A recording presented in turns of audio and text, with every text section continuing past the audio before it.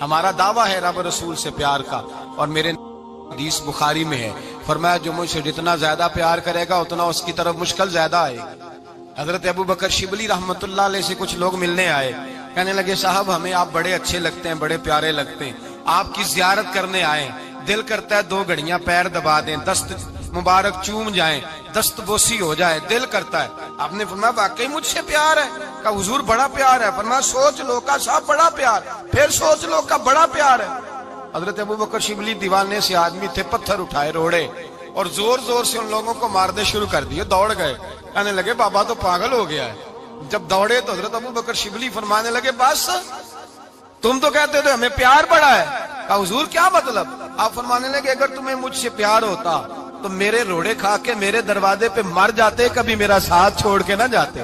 تمہیں پیار نہیں، تم سکھ کے سجن ہو، تم چوری کھانے والے میاں مٹھو ہو، تم تو اس لیے آئے ہو کہ یہاں برکتیں ملیں گی، موجیں ملیں گی، تمہیں پیار نہیں۔ ہمیں خدا رسول سے پیار بھی ہے، ذرا سی آزمائش آئے رونے بیٹھ جاتے ہیں، غریب بھی رو رہا ہے، بیمار بھی رو رہا ہے، تنگ دست بھی رو رہا ہے، اور جو آدمی کسی مشکل میں گرفتار ہے وہ بھی کہتا ہو جتنا میں الجھ گیا ہوں ہے ہی کوئی نہیں۔ اٹھیں، بیدار ہوں، اپنے آپ کو توانا کریں، اپنے اندر جولانیاں پیدا کریں، یاد رکھیں جتنی مشکل سخت ہوگی اتنی آسانی بھی اللہ زیادہ ہی عطا فرمائے گا۔ اللہ تعالیٰ زیادہ اور وعدہ کیا اللہ پاک نے، فَإِنَّ مَعَ الْعُسْرِ يُسْرًا إِنَّ مَعَ الْعُسْرِ يُسْرًا، فرمایا اگر میں تمہیں ایک مشکل دوں گا تو میں تمہیں 2 آسانیاں عطا فرماؤں گا۔ اللہ تعالیٰ ڈبل آسانی دیتا ہے اگر کسی پر مشکل ڈالتا ہے۔ اپنے آپ کو کمزور نہ کریں، ذہن بنائیں دکھ سہنے کا، مزاج بنائیں تکلیف برداشت کرنے کی، پھر یہ مشکل نہیں ہوگا، پھر آسانی سے بندہ گزر جائے گا۔